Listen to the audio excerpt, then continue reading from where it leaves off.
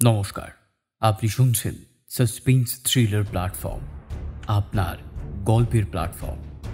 আজ আপনি শুনবেন লেখক সাত্তকী বসুর কলমে ডিটেকটিভ তথা কলকাতা পুলিশের একজন অফিসার ইনচার্জ রঞ্জিত চট্টরাজ ওরফে রঞ্জুকা।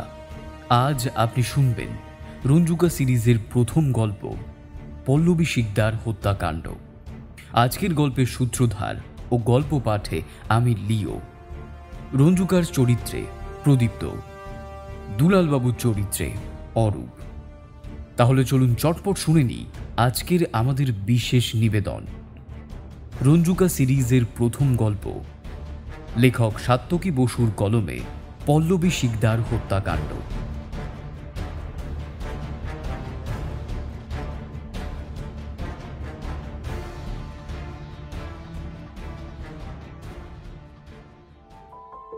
রঞ্জিত চট্টরাজ ওরফে রঞ্জুকা, তার পরিচয় আগে কোনোদিন পাঠক বা শ্রোতা কেউই পায়নি, তাই এই গল্পের শুরুতে তার পরিচয়টা করে নেওয়া যাক। এই গল্পটি রঞ্জুকাকে নিয়ে প্রথম গল্প। তিনি কে? তিনি যখন চাকরি জয়েন করেন তখন 1990 সাল। একজন হেড কনস্টেবল হিসেবে কলকাতা পুলিশে তখন তার বয়স মাত্র 25। চাকরি জীবনে 32 বছর পেরিয়েছে। তিনি আজ দারোগা বাবু, মানে কলকাতা পুলিশের অফিসার ইনচার্জ, মানে ওসি। ওসি না বলে সার্কেল ইন্সপেক্টরও বলা ভালো। 5টা থানার দায়িত্ব তার কাঁধে। একটি থানার তিনি অফিসার ইনচার্জ। এহেন রঞ্জিত বাবু বাকি পরিচয় তার গল্পগুলোর মধ্যেই সহজেই পাওয়া যাবে। এবার তার চেহারা স্বাস্থ্যের একটু পরিচয় দেওয়া যাক। এই 50 বছর পেরিয়েও তিনি বেশ সুঠাম, লম্বা চওড়া তার দেহ, ওজনও বেশ ভালো। তার হাতে 82 শিক্ষার চর যে একবার খেয়েছে, খুব ভালো করে মনে রাখে তাকে। রঞ্জিত বাবু খুব বুদ্ধিমান মানুষ। বিশেষ করে পুলিশ ডিপার্টমেন্টের বড় বড় অফিসার তার শরণাপন্ন হন বিভিন্ন কেস সলভের বিষয়। বুদ্ধিতে তার জুড়ি মেলা ভার। অনেকে তো তাকে গোপনে রঞ্জিত গোয়েন্দাও বলে ডাকেন। এত রঞ্জিত বাবুর পরিচয় না দিয়ে তার একটি ঘটনায় এবার সরাসরি প্রবেশ করা যাক। পাঠক এবং শ্রোতাদের সাথে তার পরিচয় গল্পের মধ্যেই হয়ে যাবে।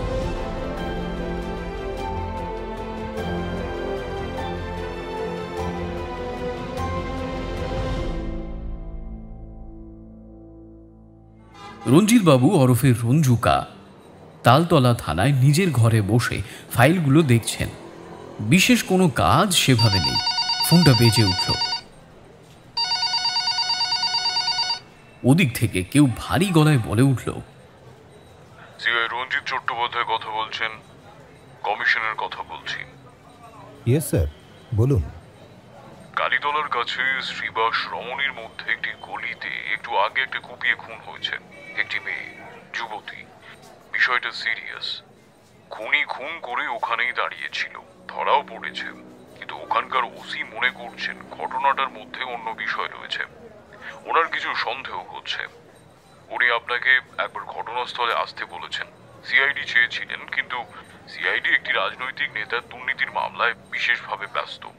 তাই আমরা কেসটা আপনাকেই হ্যান্ড ওভার করছি। আপনি কাইন্ডলি যান, যদি বোঝেন ডিপার্টমেন্টকে যে কেসটা নিন। Yes sir. এই বলে ফোনটা রাখলেন রঞ্জুকা। রঞ্জুকা কেবল চা খেয়ে এই থানার তার সব থেকে ভালো বন্ধু সহকর্মী হেড কনস্টেবল দুলালকে নিয়ে রওনা হলেন ঘটনাস্থলের উদ্দেশ্যে। ঘটনাস্থলে পৌঁছে তিনি দেখলেন সেখানকার ওসি সুমন সান্যাল ভিড়ের বাইরে দাঁড়িয়েছিলেন। তিনি তার পূর্ব পরিচিত।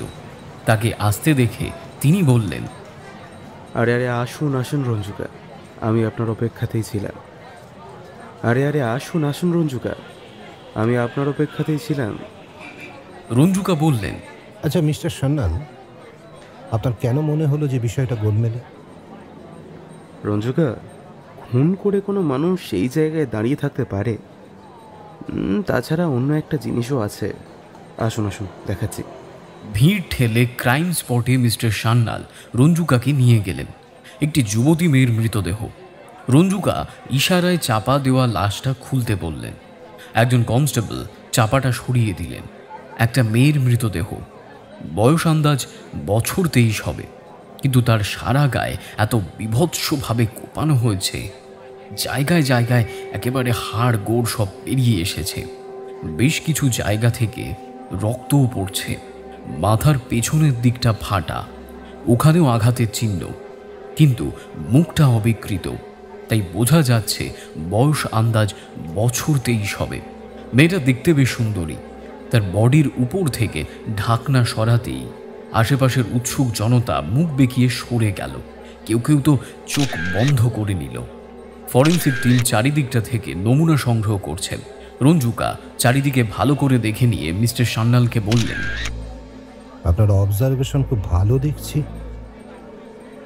ইয়েস রঞ্জুকা, দেখুন এই মেয়েটার বডির ঠিক 15 সেন্টিমিটার দূর থেকে রক্তের ফোঁটাটা পাঁচিল বেয়ে ওপাশে পৌঁছেছে। আর এখন যাকে গ্রেপ্তার করা হয়েছে সে দাঁড়িয়েছিল মেয়েটার সোজাসুজি। আর একটি অদ্ভুত বিষয়, ওই ছেলেটার হাতে যে ছুরিটা ছিল তাতে কোনো রক্তের চিহ্নই নেই। বুঝলাম।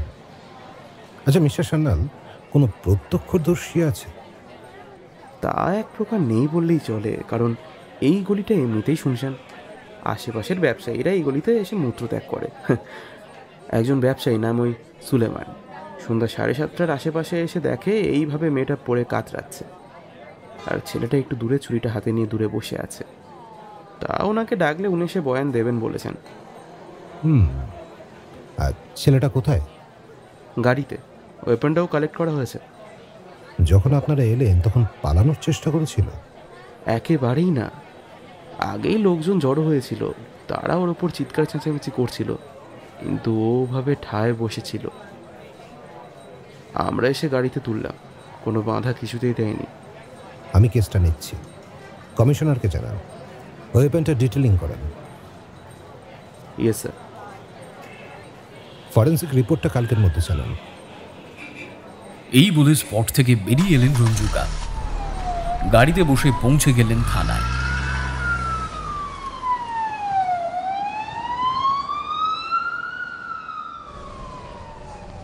থানায় পৌঁছে নিজের ঘরে ঢুকে বসে 1 কাপ চায়ের অর্ডার করলেন। চা নিয়ে এলেন একজন বেয়ারা। চাটা নিয়ে বসে হেড কনস্টেবল দুলালকে নিয়ে একটু আলোচনায় বসলেন রঞ্জুকা। কি বুঝলে? বুঝলাম এটাই যে ছেলেটা খুন করেছে, এবং ওইখানেই স্থির হয়ে দাঁড়িয়েছিল পুলিশের, মানে আমাদের হাতে ধরা দেওয়াটা ওর উদ্দেশ্য ছিল। তুমি একটা আস্ত গাধা জানো, এই থানায় জয়েনিং এর দিন থেকেই দেখছি। এই কিন্তু কেন স্যার? খুন করেছে অন্য কেউ, আমি নিশ্চিত, না হলে ছুরিটা এমন পরিষ্কার ঝকঝকে থাকতো না। এই তবে কি করলো? সেটাই তো আমাদের কাজ, কে করলো সেটা খুঁজে বার করা, তাই না দুলাল বাবু? এই বলে আড়মোড়া ভাঙলেন তিনি। ছেলেটাকে ইন্ট্রোগেট করলে কিছু বোঝা যাবে? তা তো যাবে দুলাল বাবু, কিন্তু আজ আর নয়, বড় ক্লান্ত আমি, আজ রেস্ট নেব। আমারও ডিউটি অফিসার, আমিও বাড়ি যাব। কনস্টেবল সুরঞ্জন আর প্রতাপ স্যারকে বলে রেখেছি। কি বললে? বললাম এটা ওই সিআই সাহেবের কেস, দোষীকে একটু ভালো করে। দুলাল বাবুর কথা শেষ হলো না। ধমকের সুরে রঞ্জুকা তাকে বললেন, দুলাল, তোমাকে কতবার না বলেছি, অপরাধী প্রমাণ না হওয়া পর্যন্ত কেউ দোষী না, কেবল সন্দেহভাজন। যাও, তুমি বাড়ি যাও। রঞ্জুকা মানুষ হিসেবে যত নরম, পুলিশ হিসেবে ঠিক ততটাই কঠিন। তিনি মনে করেন সাধারণ মানুষ যা বোঝে না তা পুলিশের বুঝিয়ে দেওয়া উচিত। যেমন পুলিশ যাকে গ্রেপ্তার করে দোষী প্রমাণিত না হওয়া পর্যন্ত সে অপরাধী নয়, তাকে সন্দেহভাজন বা কমপক্ষে তাকে নাম ধরে ডাকা যেতে পারে, কিন্তু আসামি বলে সম্বোধন তিনি মোটেও পছন্দ করেন না। রঞ্জুকার ধমক খেয়ে হেড কনস্টেবল দুলাল চলে গেল। রঞ্জুকা বসে রইলেন খানিকক্ষণ, একটা সিগারেট ধরিয়ে কিছু একটা ভাবতে যাবেন। এমন সময় কনস্টেবল সুরঞ্জন ঘরে এলো। স্যার, যে ছেলেটিকে আজকে নিয়ে আসা হয়েছে তাকে রাতের খাবার দেওয়া হয়েছে, কিন্তু স্যার ছেলেটি কিছু খাচ্ছে না। এই কারণে সুরঞ্জনকে পছন্দ করেন রঞ্জুকা। তার নিয়মগুলো বেশ মেনে চলে সে। লম্বা করে সিগারেটের ধোঁয়া ছেড়ে রঞ্জুকা বললেন, গুম হয়ে বসে আছে? না স্যার, ছেলেটি খুব কাঁদছে, হাউ হাউ করেই কাঁদছে। দেখো রিকোয়েস্ট করে, কিন্তু কোনো খারাপ ব্যবহার করবে না। প্রয়োজনে খাইয়ে দেওয়ার চেষ্টা করবে। শোনো, আমি আজ একটু বেরোচ্ছি, একটু নজর রেখো। কনস্টেবল সুরঞ্জন বুঝতে পারল রঞ্জুকা যখন খেয়াল রাখতে বলেছেন তখন হয়তো ছেলেটা নিরপরাধ। রঞ্জুকার ভাবনা ভীষণ উন্নত, কারণ তিনি যদি কোনো বন্দীকে কিছুমাত্র সুবিধা দেন, বুঝতে হবে তার অপরাধের পরিধি কম বা সে নিরপরাধ।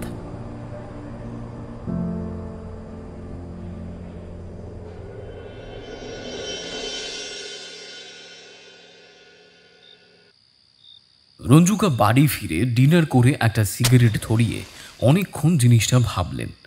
রঞ্জুকা বিয়ে থা করেননি, কেন করেননি সেও এক গল্প, পরে কোনো এক সময় বলা যাবে। কিন্তু বিয়ে না করায় তিনি একটা সুবিধাও ভোগ করেন বটে, তা হলো কোনো কিছু নিয়ে ভাবার অনেক সময় পান, কেসগুলো স্টাডিও করতে পারেন অনেক সময় ধরে।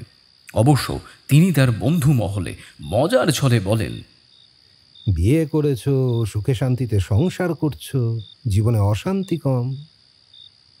বন্ধুরা হাসে, কিন্তু তিনি মনে মনে বিশ্বাস করেন। বিয়ে করিনি বলেই বেঁচে আছি, বিয়ে যারা করে তারা তো জীবন্ত লাশ। সিগারেটের ধোঁয়া দিয়ে রিং করতে করতে তিনি ভাবছিলেন অনেকগুলো কথা, দুয়ে দুয়ে চার করতে চাইছিলেন নানাভাবে, কিন্তু কোনো মতেই হচ্ছিল আর না।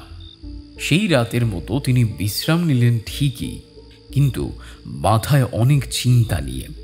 কিসের চিন্তা? আসলে রঞ্জুকা যখন কোনো কেস পান খুব যত্ন নিয়ে স্টাডি করেন, নিজের মতো করে চিন্তা করেন, তাই বোধ হয় সাফল্যটাও বেশি পান। তিনি অনেস্ট অফিসার, চরিত্র তার স্থির নিশ্চল, তাই তাকে ডিপার্টমেন্টের অনেক বড় বড় অপারেশনও দেওয়া হয়। সেই রাতটা কাটল।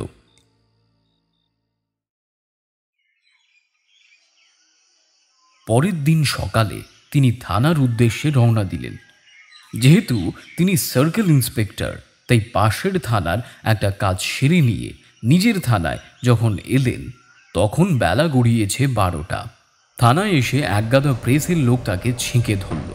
তিনি অবশ্য এসবে খুব বেশি পাত্তা দেন না। থানায় ঢুকে নিজের ঘরে বসতেই সুরঞ্জন এসে স্যালুট ঠুকে তাকে বলল, স্যার, তাহলে আমরা কিভাবে এগোবো স্যার? দুলালবাবু কোথায়? দুলালবাবুর কথা মুখ ফসকাল না।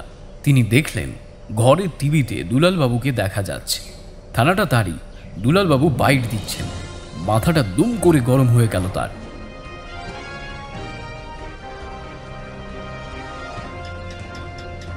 সুরঞ্জন, দুলালবাবুকে ডেকে পাঠাও ফার্স্ট।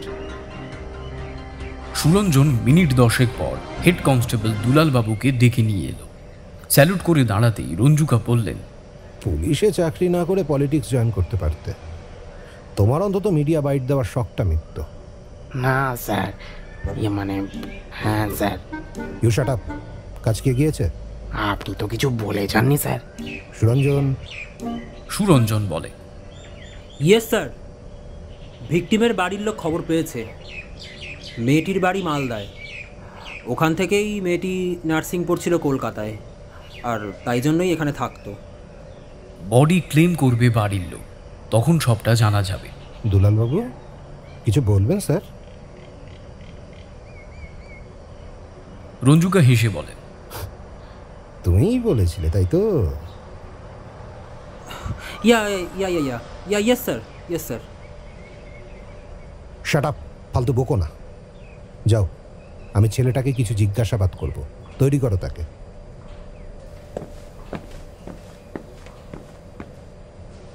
দুলালবাবু বেরিয়ে গেলেন হনহনিয়ে। কিছুক্ষণ পরে ছেলেটিকে তৈরি করা হলো। একটা আলাদা ঘরে বসিয়ে জেরা করা হবে। রঞ্জুকা ঘরে এলেন, সাথে দুলালবাবু। হেড কনস্টেবল দুলালকে এই থানায় সবসময় সঙ্গে রাখেন রঞ্জুকা, কারণ লোকটা বদ নয়, বিশ্বাসী এবং ভালো লোক। সবথেকে বড় কথা, তিনি রঞ্জুকার কাছে কমিটেড। ছেলেটার মুখোমুখি বসে রঞ্জুকা দেখলেন ছেলেটির মুখের দিকে। গুম হয়ে বসে আছে সে। রঞ্জুকা বললেন, দেখো, আমি তোমাকে কোনো রকম টর্চার করব না। আমি জানি তুমি খুনটা করনি। কে? আমি কি ভুল বলেছি? ছেলেটি খুব মৃদু কণ্ঠে কাঁদো কাঁদো হয়ে বলল, না স্যার, আমি খুন করেছি। রঞ্জুকা থুতনিতে হাত দিয়ে বললেন, আচ্ছা, তাহলে তোমার ছুরিতে কোনো রক্তের দাগ নেই কেন? সেই সময় সুরঞ্জন ঘরে এলো।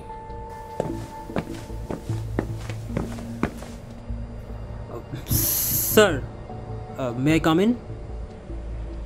ইয়েস, এসো। স্যার, মার্ডার ওয়েপনটা ফরেন্সিকে গেছে। কি জানা গেল? জানা গেল যে ওই ওয়েপন দিয়ে কোনো খুন হয়নি, ওটা একদম পরিষ্কার। আর স্যার, হসপিটালে মেয়েটির বডি ক্লেম করতে তার বাড়ির লোক এসে পৌঁছেছে। ওকে ওকে, ওদের থানায় নিয়ে এসো। যাও তুমি।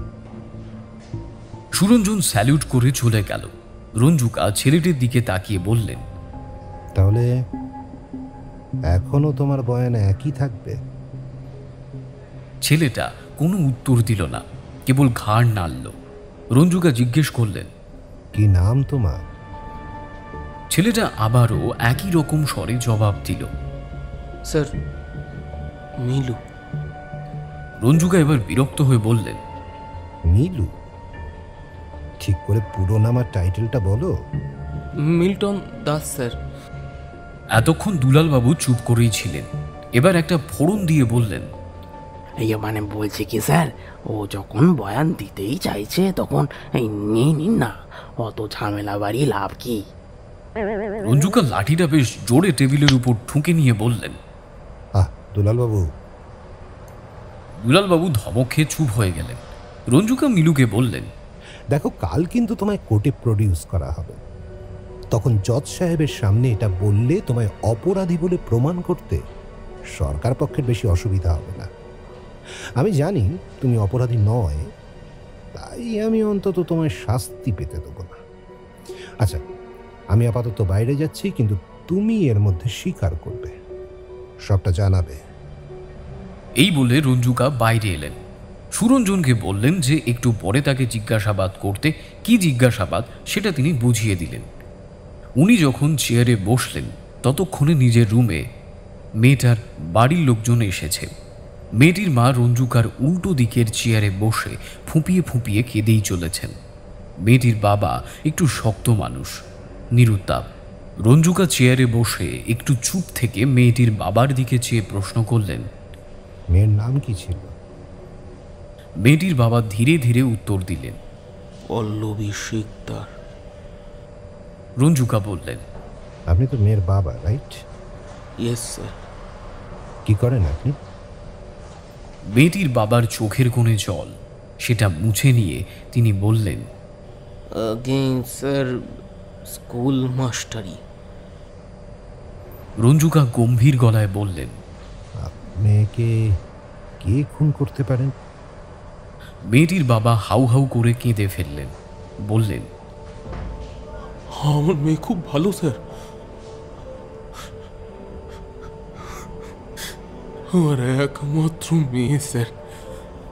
জানেন, নিজের মেয়ে বলে বলবো না স্যার, খুব খুব শান্ত, ধীর স্থির স্বভাবের ছিল, কারোর কোনো সাথে পাঁচে থাকতো না।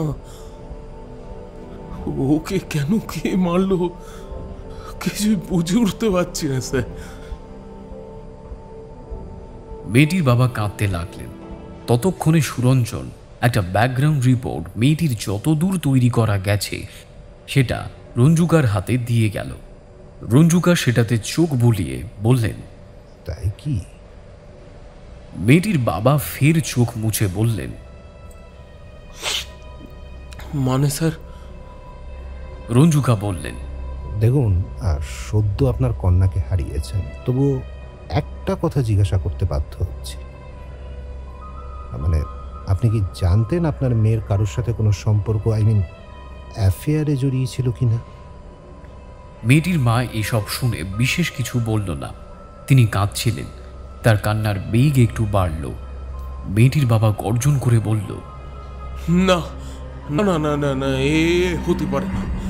আমি আমার নিজের মেয়ের চিত্র সম্পর্কে জানবো না। রঞ্জুকা বললেন, দেখুন, অ্যাফেয়ার আর খারাপ চরিত্রের মধ্যে কি সম্পর্ক? ঠিক আছে, আপনার আপাতত যান, মেয়ের পারলৌকিক কাজকর্ম সম্পন্ন করুন। আমি তদন্ত করছি, আমাদের উপর আস্থা রাখুন। রঞ্জুকা মেয়েটির বাবা মা চলে যেতে ডেকে পাঠালেন সুরঞ্জন আর দুলাল বাবুকে। তিনি সুরঞ্জনকে বললেন, কি বুঝছো?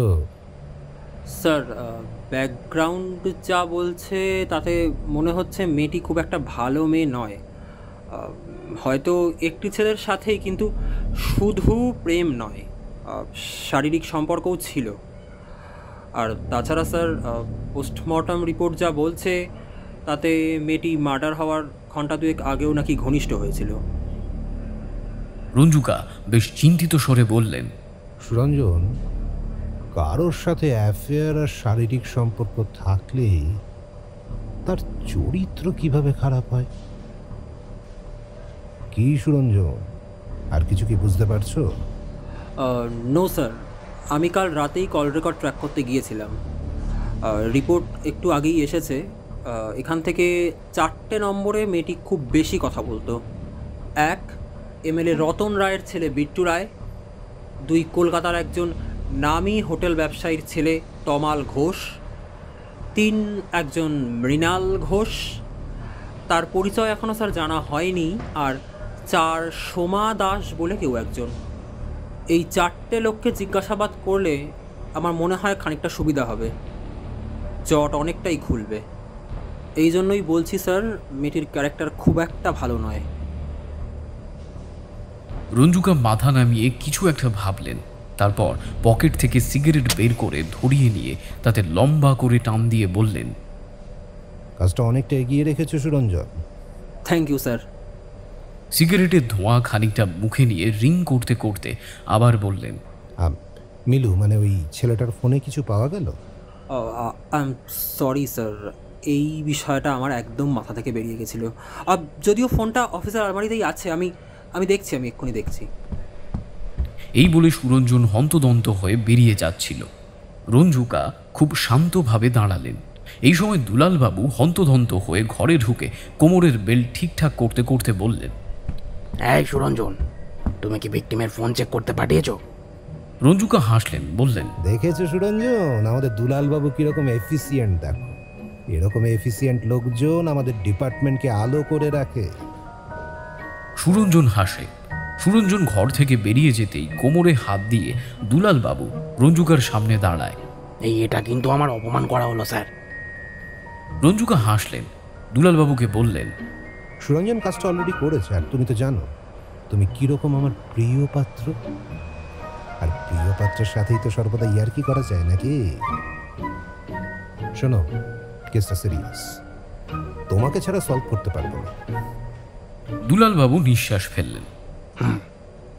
খানিকক্ষণ সময় কেটে যাওয়ার পরে আবার সুরঞ্জন এলো, বলল, স্যার, কল হিস্ট্রি আনতে পাঠিয়েছি, কিছুক্ষণের মধ্যেই চলে আসবে। রঞ্জুকা টেবিলের উপর কিছুক্ষণ খুটখাট আওয়াজ করতে লাগলো, বলল, সুরঞ্জন, তুমি থানায় থাকবে, আর আমি দুলালবাবুকে নিয়ে বেরোচ্ছি। দুলালবাবু, গাড়ি রেডি করতে বলুন। দুলালবাবু ইয়েস স্যার বলে বেরিয়ে গেলেন। সুরঞ্জনের কাঁধে হাত রেখে রঞ্জুকা বললেন, একটা কাজ করো, কল রেকর্ড নাও, তারপর বাকিটা আমি দেখছি।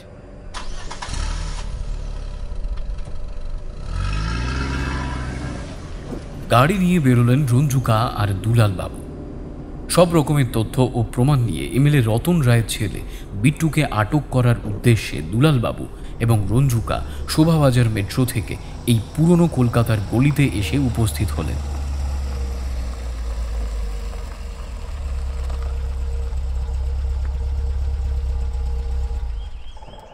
জায়গাটা বেশ শুনশান। কলকাতার উপস্থিতি যে আছে তা বোঝা দায়। উঁচু উঁচু বাড়ি, তবে সব কটাই খুব পুরানো এবং ভাঙাচোরা। সেই বিষয় তিনি আগেই বুঝতে পেরেছেন। আশ্চর্যের বিষয়, এই এলাকায় একটাও দোকানপাট বলতে কিচ্ছু নেই। খানিকটা এগোতে একটা বাঁকের মুখে একটা পানওয়ালার দেখা পাওয়া গেল। পানওয়ালার সামনে গিয়ে সম্পূর্ণ সাদা পোশাকে থাকা রঞ্জুকা বললেন, একটা সিগারেট দিন তো। পানওয়ালা বলল, কি সিগারেট দাদা? আর যে কোনো একটা সিগারেট। সিগারেটটা নিয়ে ধরিয়ে কিছুই যেন জানে না এমন ভান করে রঞ্জুকা বললেন, আচ্ছা, এই পাড়াটা এত ফাঁকা কেন বলুন তো? পানওয়ালা ক্ষয়ে যাওয়া দাঁতগুলো বের করে ফ্যাক ফ্যাক করে হেসে বললেন, পাড়াটা পুরোটারই হয়ে গেছে, বড় বড় ফ্ল্যাট হবে। এখন সব পুলিশের তাড়া খাওয়া, বাপে খাদানো মায়ে তাড়ানো ছেলে ফিলে এসে সব অকাশ কুকাশ করছে। রঞ্জুকা একটু সরে এসে চাপা গলায় বললেন, আমি একজন পাইপের ডিলার, একটা ছবি দেখাচ্ছি, বলতে পারবে এই ছেলেটা এখানে আছে কিনা? পানওয়ালা আবার হেসে বলল, দেখালো নিশ্চয়ই পারবো, তবে আগে আমাকে দেখতে হবে কিনা। দুলালবাবু পানওয়ালার দিকে ছবিটা বের করে দেখালেন। পানওয়ালা ছবিটা ভালো করে দেখে নিয়ে বললেন, এত রহিত আদমি বেটা, প্রতিদিন নতুন নতুন মেয়ে ছেলে নিয়ে পাড়ায় আসে। ওই যে একটু এগিয়ে পুরানো ওই সাদা রঙের 5 তলা বাড়িটা আছে, ওরা মদনবাবুর বাড়ি, মদনবাবুর বাড়িতেই থাকে। রঞ্জুকা মাথা নেড়ে বললেন, বা বেশ, আরেকটা ছবি দেখাচ্ছি, বলুন তো এও ওখানে থাকে কিনা বা এসেছিল কিনা? এই বলে রঞ্জুকা মেয়েটির ফটো দেখালেন। পানওয়ালা খানিকটা চিন্তা করে নিয়ে বললেন, আমি হাউস ছিল তো, আর দিন 2 আগে ওই বাবু আর ওই মেয়েটা দুজনে ভর দুপুরে, বুঝলেন তো, এক প্রকার টলতে টলতে আমার ওই দোকানের সামনে দিয়েই তো গেল। কিন্তু কেন বলুন তো? দুলালবাবু হেসে বললেন, এই আগে, হ্যাঁ, এই মেয়েটাই তো পাইপ কিনেছে আমাদের থেকে। 5,000 এখনো পাবো জানেন। এই তা কোন বাড়িটা যেন বললেন? ওই বাঁ দিকের ওই বড় বাড়িটা। পানওয়ালা মাথা নাড়ে। রঞ্জুকা আর দুলালবাবু পানওয়ালার সাথে বেশি কথা না বাড়িয়ে ওই বাড়িটার সামনে এসে দাঁড়ায়। বেশ বড় বাড়ি, কিন্তু পুরানো, জায়গায় জায়গায় পলেস্তেরা খসে পড়ছে। বাড়ির জং ধরা গেট, সেটাও তালাবন্ধ। কি করে বাড়িটার মধ্যে ঢুকবে উপায় ভাবছে রঞ্জুকা আর দুলালবাবু। হঠাৎ পেছন থেকে একটা বুড়ো মানুষের গলা শুনতে পেয়ে ওরা যেন চমকে ওঠে। মশাইরা কি কিছু খুঁজছেন? ওরা ঘুরে দেখে একজন বয়স্ক লোক, বয়স আন্দাজ বছর 70 হবে। চেহারা স্বাস্থ্য খুবই ভালো, তবে হাতে একটা ইনহেলার, সম্ভবত কাশির অসুখ টসুখ আছে। সাদা চুলগুলো শনের মতো। রঞ্জুকা তাকে ভালো করে মেপে নিয়ে বললেন, আমরা একটা বিশেষ প্রয়োজনে একজনের সাথে দেখা করতে চাইছি। লোকে বলল সে নাকি আপনার এখানেই আছে। লোকটা খুক খুক করে খানিকটা কেশি নিয়ে বলল, তা আপনারা কি পুলিশ? কথাটা শুনে একটু হয়তো চমকে গিয়েছিলেন রঞ্জুকা। না তো, কেন বলুন দেখি? আমরা আসলে ওনার সাথে একটু দেখা করতে চাই, বিশেষ প্রয়োজন। বুড়ো লোকটা খানিকটা কেশি নিয়ে বলল,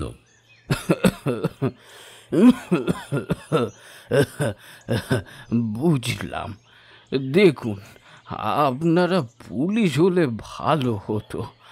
এই বাড়িতে একজন ভাড়া থাকে, বিট্টু বলে।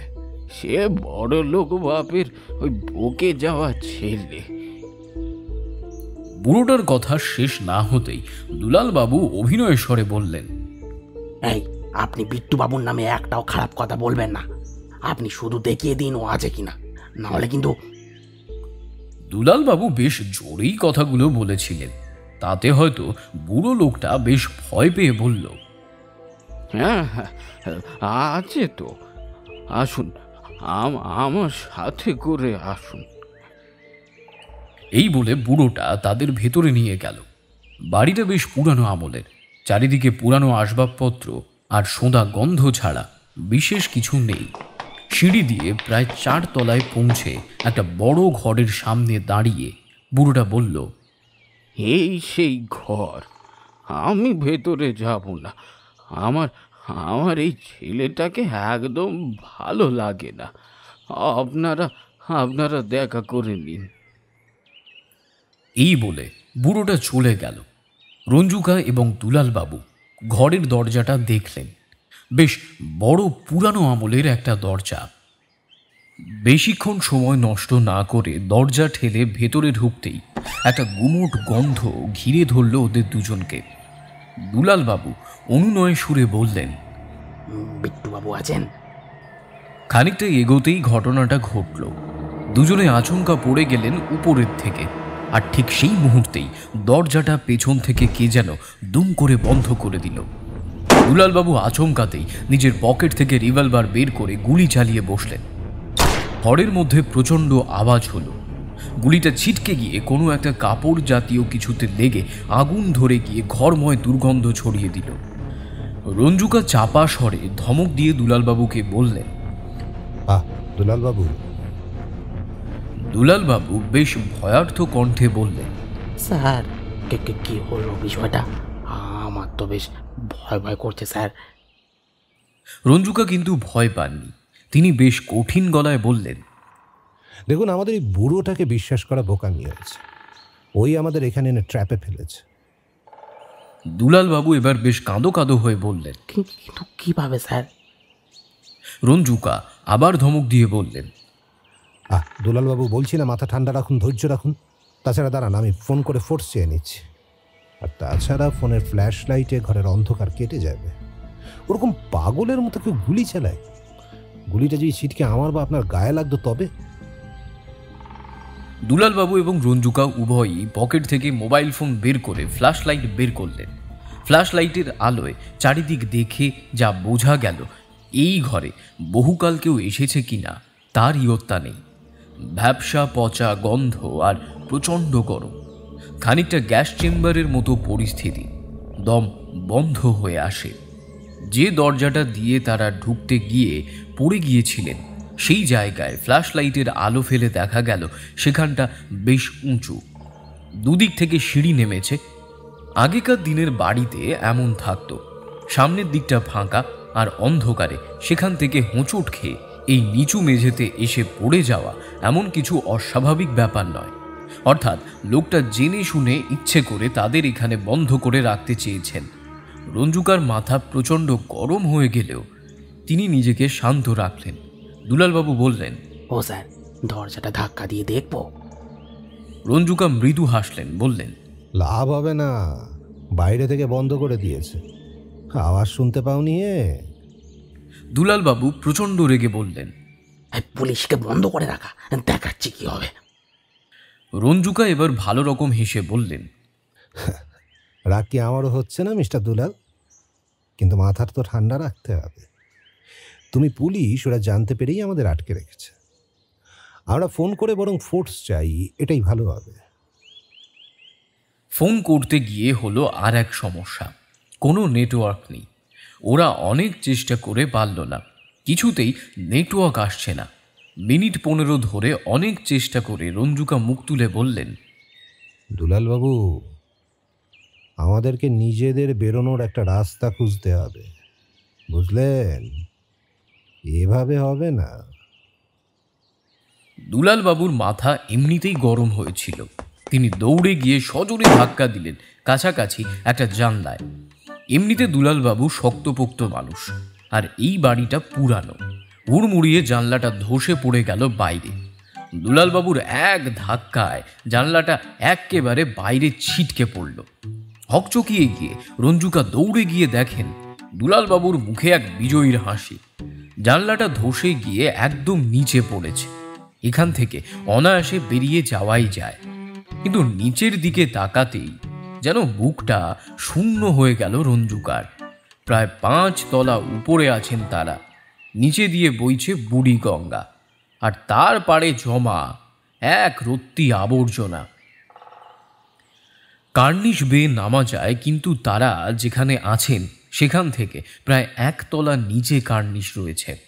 এখান থেকে আন্দাজ করে ঝাঁপ মারাটাও শক্ত। দুলালবাবু হেসে বললেন, এই চলুন তবে যাওয়া যাক নাকি। রঞ্জুকা এবার রাগী গলায় বলে উঠলেন, ও আচ্ছা, তাহলে এখান থেকে ঝাঁপ মেরে হাত পাটা ভাঙার পরিকল্পনা করেছেন, তাই তো? দুলালবাবু রঞ্জুকার সেই রাগী রাগী মুখ দেখে মাথাটা একটু চুলকে নিয়ে বললেন, তাই তো, কার্নিশটা তো 1 তলা সমান নিচে। এই তাহলে? রঞ্জুকা বেশ রাগ দেখিয়ে বললেন, তাহলে এই ঘরে দড়ি বাই জাতীয় কিছু খুঁজুন, না হলে অন্য উপায় দেখতে হবে। দুলালবাবু ফ্ল্যাশ লাইট জেলে তন্ন তন্ন করে দড়ি খুঁজতে লাগলেন ঘরটায়। রঞ্জুকা যে জায়গাটা ভেঙেছে সেই জায়গাটা পরীক্ষা করতে লাগলেন। 15 মিনিট বাদে যখন দুলালবাবু কিছুই পেলেন না, তখন রঞ্জুকা তাকে বললেন, আমাদের জামা প্যান্টগুলো খুলে একসঙ্গে বাঁধলে যে লম্বা রোপটা পাওয়া যাবে, সেই রোপটা দিয়ে বেয়ে নামলে ওই কার্নিশে খুব সহজে পৌঁছানো যাবে। সেই মুহূর্তে দুজনে আর বিশেষ কিছু ভাবলেন না। নিজেদের জামা কাপড় খুলে একটা দড়ি মতো লম্বা করে তৈরি করা হলো। কিন্তু দুলালবাবু প্রশ্ন করলেন, এটা বাঁধা হবে কোথায় স্যার? রঞ্জুকা হাসলেন, বললেন, এই জন্যই তো আপনি যখন দড়ি খুঁজছিলেন, তখন আমি এটা কোথা বাঁধা যায় সেটা খুঁজছিলাম। এই দেখুন। এই বলে তিনি নির্দেশ করলেন জানলাটা যেখান থেকে ভেঙেছে সেখান থেকে বেরিয়ে আসা একটা অবশিষ্ট লোহার টুকরোর দিকে। দুলালবাবু সঙ্গে সঙ্গে সেই লোহার টুকরোর সাথে শক্ত করে বাঁধলেন তাদের জামা কাপড় দিয়ে তৈরি লম্বা দড়ি মতনটা। হ্যাঁ, এক্ষেত্রে আন্দাজ সঠিক মিলল তাদের। দড়ির মতো লম্বা পথটা কার্নিশ ছুঁয়ে ফেলল। এবার তাদের নাম্বার পালা। দুলালবাবু রঞ্জুকার দিকে তাকিয়ে হেসে বলল, আপনি আগে নামুন স্যার। রঞ্জুকা বললেন, দুলালবাবু আপনি আগে নামুন, আপনি নামাতে পারবেন আমাকে? দুলালবাবু এবারে বললেন, মানে এই লোহাটা এই দড়িটাকে কতটা সাপোর্ট দেবে ঠিক বুঝতে পারছি না স্যার। আপনি আগে নামুন স্যার, সেক্ষেত্রে আমি ওপরে থেকে ধরতে পারবো। আর তারপরে যদি আমি না বেরোতে পারি তাহলে আপনি পরে ফোর্স এনে আমাকে রেস্কিউ করতে পারবেন। কিন্তু আপনার নামাটা প্রয়োজন স্যার, প্লিজ স্যার, আপনি আগে নামুন স্যার। দুলালবাবু সত্যিই রঞ্জুকাকে অনেকটা ভক্তি শ্রদ্ধা করেন এবং তিনি মাঝে মধ্যে যতটা বোকার মতো কাজ করুন না কেন, তিনি কিন্তু আসলেই রঞ্জুকাকে ভীষণ ভালোবাসেন। রঞ্জুকা যদিও এই কথা খুব ভালো করেই জানেন, তাই রঞ্জুকা না করলেন না। তিনি নামতে লাগলেন দড়ি বেয়ে। নিচের কার্নিশ পর্যন্ত আসতে সেভাবে কোনো সমস্যার সম্মুখীন হতে হলো না তাকে। কিন্তু কার্নিশে নেমে বুঝতে পারলেন এই জায়গায় দুজনের জন্যে দাঁড়ানো এক প্রকারের অসম্ভব। তাই তিনি চেঁচিয়ে বললেন, দুলালবাবু এখানে তো দুজনে দাঁড়ানো যাবে না। দুলালবাবু চেঁচিয়ে বললেন, আপনি একেবারে নিচে নেমে যান স্যার। রঞ্জুকার কিছুতেই মন চাইছিল না একেবারে নিচে নেমে যেতে। যতই হোক দুলালবাবু ওপরে একা রয়েছেন, তবুও তিনি দোনামোনা করে কার্নিশ বেয়ে একেবারে নিচে। নিচের এই অংশটা ভীষণ নোংরা, আবর্জনা ফেলার জায়গা। রঞ্জুকা ব্যক্তিগতভাবে নোংরা পছন্দ করেন না একেবারে, তাই এখানের প্রচণ্ড গন্ধে বমি উঠে আসতে আসতে তিনি কোনো ক্রমে দুলালবাবুকে বললেন, দুলালবাবু নেমে আসুন। তিনি দেখলেন দুলালবাবু নেমে আসছেন। খুব একটা সমস্যা হলো না দুলালবাবু, তিনি নিচে নেমে এলেন।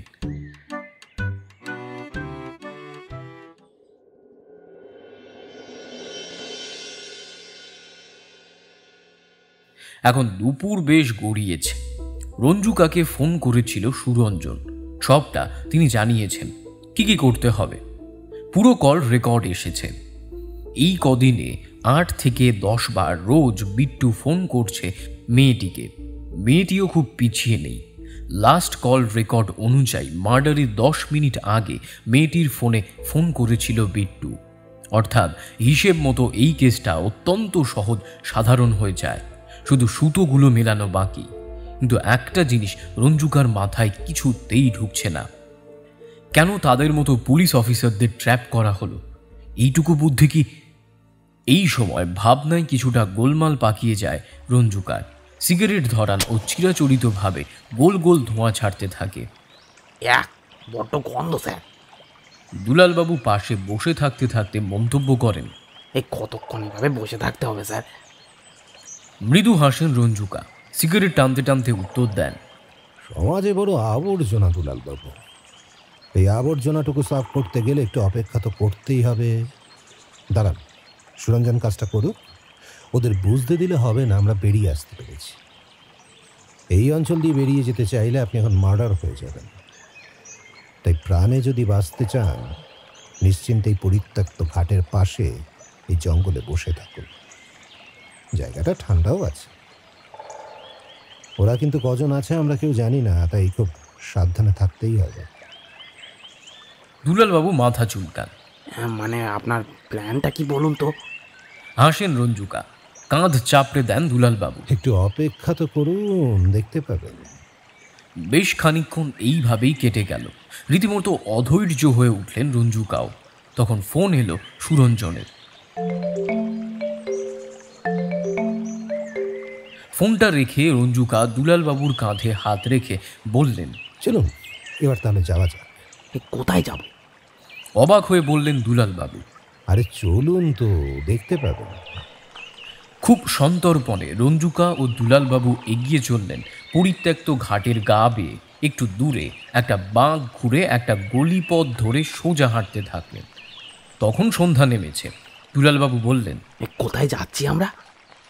রঞ্জুকা হিসির শব্দ বললেন, ধৈর্য রাখুন। কিছুটা দূরে যেতেই স্পষ্ট হলো একদল ছায়ামূর্তি। ওদের দেখেই স্যালুট করল। দুলালবাবু বুঝতে পারলেন এরা হলো সুরঞ্জন ও অন্যান্য কনস্টেবলরা। আশ্বস্ত হলেন দুলালবাবু, কিন্তু তিনি কিছুতেই বুঝে উঠতে পারছিলেন না যে ঠিক কী প্ল্যান করছেন দুলালবাবু। দুলালবাবু, আপনি গাড়িতে থাকুন, গাড়িতে বসুন, আমরা আসছি। একটা বড় বাড়ি, কিন্তু ভীষণ অন্ধকার। সকালে তারা যে বাড়িতে ট্র্যাপ হয়েছিলেন সেটা নয়, এটা অন্য কিন্তু একই পাড়ার। বাড়িটা যে সুবিশাল তার বলার অপেক্ষা রাখে না। অন্ধকারে গহীন কালো হয়ে স্থির হয়ে আছে। গোটা বাড়িটা ঘিরে ফেলেছে সাদা পোশাকের পুলিশের দল। ধীরে ধীরে 10 জন এগিয়ে চলেছেন মূল দরজার দিকে। নেতৃত্বে রয়েছেন রঞ্জুকা। যেমনটা হওয়া উচিত, মূল দরজা একেবারে খিলাঁটা। প্রচণ্ড জোরে ধাক্কা দেওয়ার বদলে তারা চাপ দিলেন কলিং বেলে। ভিতরে আলো জ্বলে উঠল, দেখা গেল। রঞ্জুকা ভিতর থেকে আসা আলো আর কাঁচের গায়ে ফুটে ওঠা অবয়বে চিনতে পারলেন এই সেই সকালের বুড়োটা। সবাইকে চমকে দিয়ে এক লাথিতে দরজা ভেঙে ফেললেন। বুড়োটার উপর হুমড়ি খেয়ে পড়লেন এবং কলার ধরে তুলে বললেন, খুব ট্র্যাপে ফেলেছিলি সকালে না? বল বল, তোর বাপ কোথায়? বল কোথায়? মার খেতে খেতে কাঁপা কাঁপা হাত নির্দেশ করল উপরের দিকে। ততক্ষণ সুরঞ্জন আর তার টিম দৌড়েছে উপরের দিকে। খুব বেশি বেগ পেতে হলো না মদ্য বিট্টু আর তার কেয়ারটেকার বিলালকে গ্রেপ্তার করতে। ইন্সপেক্টরকে ট্র্যাপ করা হয়েছে এই ভেবে একই পাড়ায় সম্পূর্ণ একটি নতুন বাড়িতে কোনো লোকজন ছাড়াই তারা ঘাপটি মেরেছিল।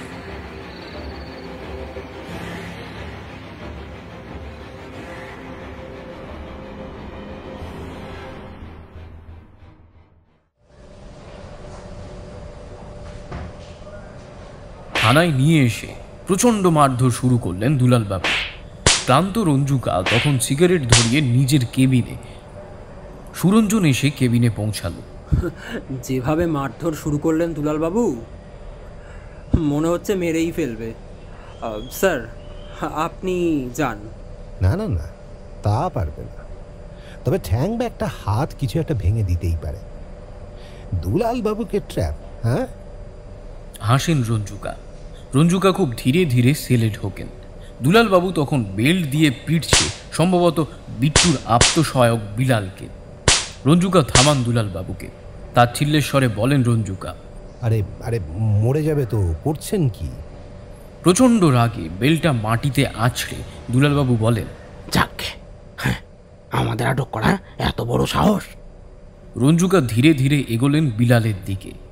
মাথায় ধীরে ধীরে হাত বুলিয়ে দিয়ে বললেন, কিরে, পুলিশকে আটক করছিস? এত বড় সাহস? বিলাল কাঁদতে কাঁদতে এসে বলল, স্যার, ছোট সাহেব আপনার ফটো দেখিয়ে বলেছিল কি এ লোক জরুর এখানে আসবে, তুই আটক করিস। তাই করেছি স্যার। স্যার छोड़ दीजिए सर, सर छोड़ दीजिए हमको। ओ साहब साहब साहब तो मार मार के मेरा বলে কাঁদতে থাকে বিলাল। তোর ছোট সাহেব কি চার্জ করেছে, হ্যাঁ, যে এখনো বেহুশ? ব্রাউন সুগার নেয় স্যার, রোজ সন্ধেবেলায় ব্রাউন সুগার নেয়। এই সুযোগে রঞ্জুকা কি সাপ্লায়ার কিনা সব জেনে নিলেন। পরের দিন সকাল, ততক্ষণে বয়ান আদায় করা হয়ে গিয়েছে। ব্যাপারটা এইরকম, যে মেয়েটি খুন হয়েছে সে অত্যন্ত শর্ট ও নীচ প্রবৃত্তির একজন মেয়ে। যে মেয়েটির পরিবার খুব শিক্ষিত ও নম্র হলেও মেয়েটি শহরে পড়াশুনো করতে এসে বকে যায়। শুধু বকে যাওয়া নয়, মেয়েটি নোংরা ব্যবসাও শুরু করে। মেয়েটি ছিল রূপসী, আকর্ষণীয়, তাই সহজেই সে তার প্রেমের জালে ধরতে থাকে একের পর এক পুরুষ, যারা শহরের দামি ব্যবসায়ী ছেলে, কখনো রাজনৈতিক ব্যক্তিত্বের ছেলে, এই রকম, যাদের ব্ল্যাকমেল করে অনেক অনেক অর্থ আত্মসাৎ করতে থাকে। বিট্টু রায় এমন একজন ছেলে যে নেশা, ভাঙ, মহিলা ইত্যাদি নিয়ে সর্বদা মেতে থাকা একজন বেয়ারা বকাঠে। তাকে প্রেমের জালে ভাসিয়ে নেয় এই পল্লবী। ব্যাস, তারপর বেশ কয়েকবার ঘনিষ্ঠতা আর সেই ভিডিও ফুটেজ পল্লবী শিকদারের হাতে। সেই ভিডিও ফুটেজ দিয়ে ব্ল্যাকমেল করা শুরু হলো। কিন্তু বিট্টু রায় সে একজন বাপের বেয়ারা বকে যাওয়া ছেলে, তার এইরকম অনেক কুকীর্তি আগেই রয়েছে, সুতরাং সে কিছুতেই এটুকুতে দমে যাওয়ার পাত্র নয়। পল্লবীও বুঝতে পারে এইভাবে কিছু হবার নয়, তাই সে হুমকি দেয় যে সে এই ভিডিও এমএলএ সাহেব অর্থাৎ রতন রায়ের কাছে পাঠিয়ে দেবে। এই একটি বিষয়ে পিছু হটতে বাধ্য হয় বিট্টু। সে তখন ছক কষে। যেখানে ঘটনাটি ঘটেছে তার অদূরে একটা ফ্ল্যাট রয়েছে। সেই ফ্ল্যাটের 3 তলাতেই খুন করে বডি লোপাট করার প্ল্যান ছিল ওদের, কিন্তু কোনোভাবে পল্লবী পালিয়ে যায় আর রাস্তার উপরেই তাকে ধরে খুন করে বিট্টু আর বিলাল। যে ছেলেটিকে দোষী বলে স্পট থেকে ধরা হয়েছিল সে আসলে নির্দোষ এবং মানসিক ভারসাম্যহীন। সামান্য একটা সিগারেট দেবে বলে তারা তাকে সঙ্গে রেখেছিল, যদি কোনো বিরূপ পরিস্থিতির সৃষ্টি হয় তাকে ফাঁসিয়ে দেবে, হয়তো তাই। পল্লবী যখন পালিয়ে যায় তখন ছেলেটিও তাদের পেছনে পেছনে আসে এবং মেয়েটির তীব্র চিৎকার চেঁচামেচিতে যখন আশেপাশ থেকে লোক আসতে থাকে তখন তাড়াহুড়োতে বিলাল তার পকেটে থাকা ছুরিটা ছেলেটির হাতে দিয়ে বিট্টুকে নিয়ে সামনের পাঁচিলটা ডিঙিয়ে কেটে পড়ে। আর এখানেই ভুলটা হয়, যে ছুরিটা ছেলেটির হাতে দিয়েছিল সেটা তো ব্যবহারই হয়নি, যেটাতে রঞ্জুকা প্রথমেই আন্দাজ করে ফেলেন। ছেলেটি যে মানসিক বিকারগ্রস্ত সেটি গতকাল মেডিকেল রিপোর্ট এসেছে পুলিশের হাতে। যদিও ছেলেটির হাবভাব সাধারণ লাগলেও রঞ্জুকা তার দৃষ্টি দিয়ে বুঝতে পেরেছিলেন ছেলেটি মানসিক ভারসাম্যহীনতাও বটে। আর হ্যাঁ, এই রিপোর্টও এসেছে যে পল্লবী মেয়েটিকে ধর্ষণ করা হয়েছিল ওকে খুন করতে যাওয়ার আগে, যদিও জেরাতে এটা স্বীকার করেও নিয়েছে বিট্টু। খুব অল্প দিনের মধ্যে অপরাধীদের ধরে তাদের শাস্তির ব্যবস্থা করতে পারলেন এই কেসটায় রঞ্জুকা। তিনি বেশ বাহবাও পেয়েছেন এর জন্যে।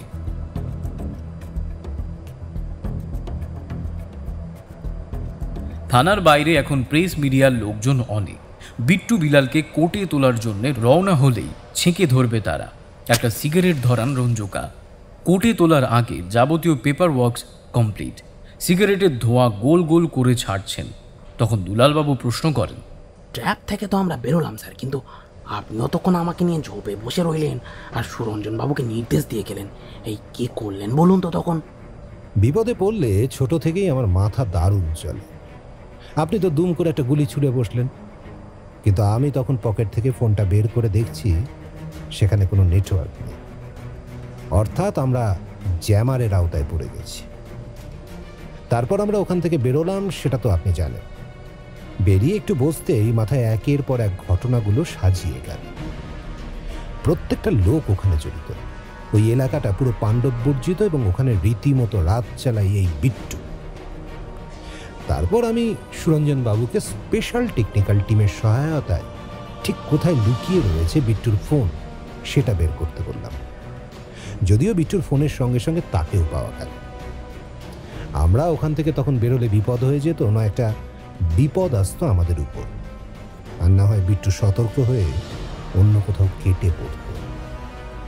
নিঃশ্বাস ফেলে রঞ্জুকা উঠে দাঁড়ালেন, বললেন, সুরঞ্জন, দ্রুত এই পানওয়ালাকে অ্যারেস্ট করার ব্যবস্থা করো। ইয়েস স্যার, টিম চলে গেছে। রঞ্জুকা বললেন, গুড। তারপর দুলাল বাবুর দিকে ফিরে বললেন, তাহলে স্যার, সবুরে মেওয়া ফলে। যদি ধৈর্য না ধরে ওই অবস্থায় আমরা ওখান থেকে বেরিয়ে আসতাম, আজ তাহলে কেসটা সলভই হতো না।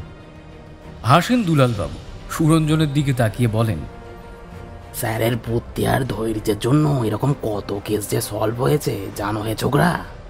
একদিন বলবো না হয় সেসব গল্প, কম দিন তো আর স্যারের সাথে থাকলাম না। তবে আজ চলো, বাইরে মিডিয়ার গাদা ফেস করতে করতে ওদের কোর্টে নিয়ে যেতে ঢের দেরি হবে। ফেসিয়াল করাবেন না? কথার মাঝখানে ফোড়ন দেয় রঞ্জুকা।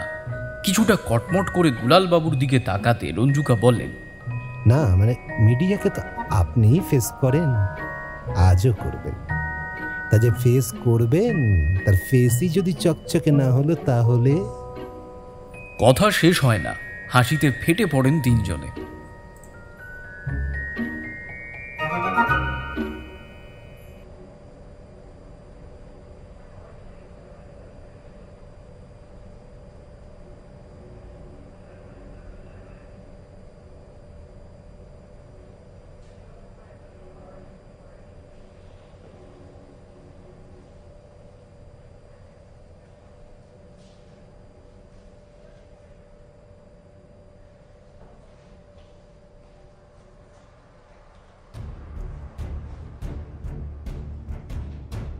আজকের গল্পটি আপনাদের কেমন লাগলো তা অবশ্যই কমেন্ট সেকশনে জানাতে ভুলবেন না। আর ভালো লাগলে অবশ্যই আমাদের চ্যানেলটিকে সাবস্ক্রাইব করে পাশের বেল নোটিফিকেশনটি অল করে দেবেন, যাতে সমস্ত গল্পের আপডেট সবার আগে আপনার কাছে আসতে পারে। তাহলে শুনতে থাকুন সাসপেন্স থ্রিলার প্ল্যাটফর্ম, আপনার গল্পের প্ল্যাটফর্ম।